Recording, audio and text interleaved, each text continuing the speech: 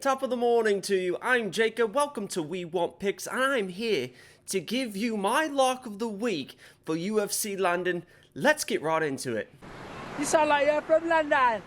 What's going on, guys? My name's Jacob. Welcome to We Want Picks, and I'm here to give you the exclusive, in-depth look at my lock of the week. What is lock of the week, you might ask? Don't ask stupid questions. Lock of the week is simply this. I pick one fighter every single card that I believe in my little bones that they will win with 100% certainty. What separates me from most is my locks are not 400 favorites. They're not 500 favorites. They're not 200 favorites. A lot of times, they're not even minus 150 favorites. These are all underdogs. And in the last 11 weeks, picking all underdogs except for my man Ryan Hall,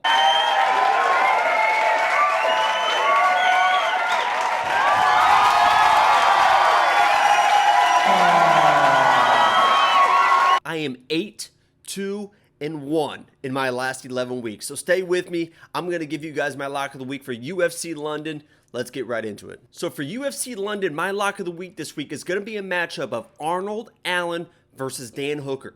And now the question is, which one is my lock of the week? Arnold Allen opened as an underdog. The odds are starting to shift a little bit towards his side. It still really is kind of a pick'em fight. I'd like to usually stay away from these for my lock of the week. I like to pick big underdogs, plus 150, plus 200. I think I've had a plus 250, plus 260 underdog hit before. But this week, I gotta go with my man. Arnold Allen is this week's lock of the week. I love his abilities from top to bottom. Let's start with Dan Hooker. A lot of people are questioning Dan Hooker's ability to get to featherweight. I don't think that's going to be that big of an issue. I am not picking Arnold Allen because I think Dan Hooker is going to come in, struggle with the weight cut, not have the cardio, not be able to make the weight. I'm picking Arnold Allen because he is the better fighter. He is the overall better fighter. This guy is 17-1. There is a reason Dan Hooker has 11 losses. And I understand his level of competition. He's fought very good people. But when he fights very good people, typically he loses to very good people. I just don't think he's quite there technically. If you're going up against a guy like Arnold Allen, you better be very good at something. Either crazy power, dominant wrestling, very good jiu-jitsu. Somewhere in there, you better be very, very good at something. Otherwise, Arnold Allen is going to be better than you pretty much everywhere. And that's how I kind of see this matchup. If Dan Hooker's going to win this fight, I think he needs to do it early with his power.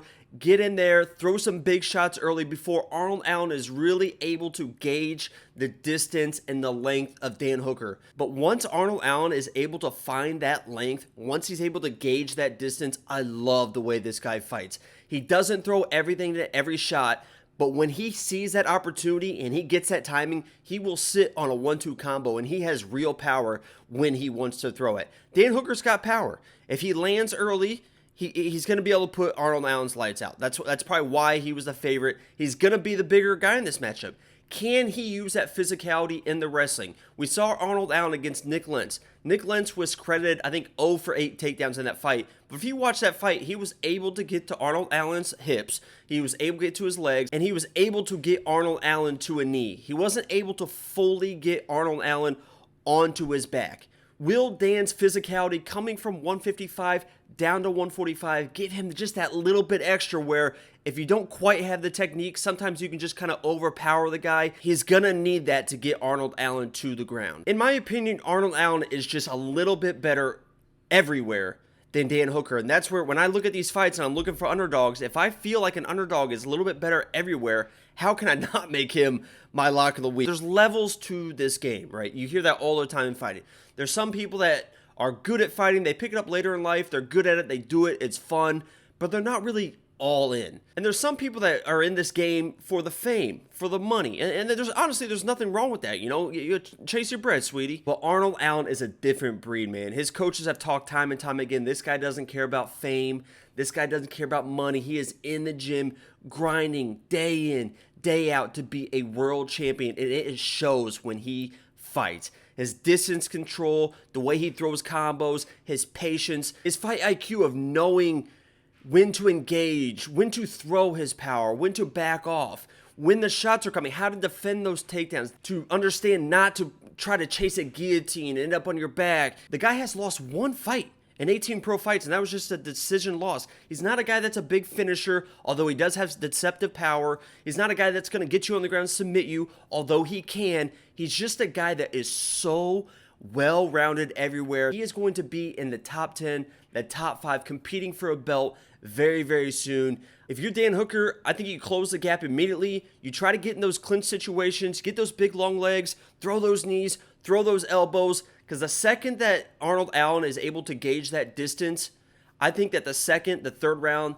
this fight could end up looking like the Max Holloway Calvin Kattar fight. I just think that Arnold Allen, when he gets in that range and he gets in that mode, it's kind of like Max Holloway, where you just can't touch the guy, and if you're touching the guy, he's slipping off the shots, and he's throwing 3 back at you with every one of your 1 power shots. My official prediction for this fight is Arnold Allen by decision. It could end up being a 29-28, but I don't think there's any doubt once this fight is over that Arnold Allen was the better fighter. That's my lock of the week, guys. Arnold Allen. I'm excited for UFC London. If you guys like the video, make sure you like the video. If you really like the video, go ahead and subscribe. And if you really, really like the video, go ahead and send me like $10,000 so I can get some posters on the wall instead of this Pacers flag back there. So I appreciate you watching, guys. That's my lock of the week. Arnold Allen, we're 8-2-1 our last 11 weeks. We're going to keep the ball rolling, 9-2-1. I appreciate you tuning in. Like, subscribe, do whatever you got to do. Leave a comment. Let me know if I'm wrong.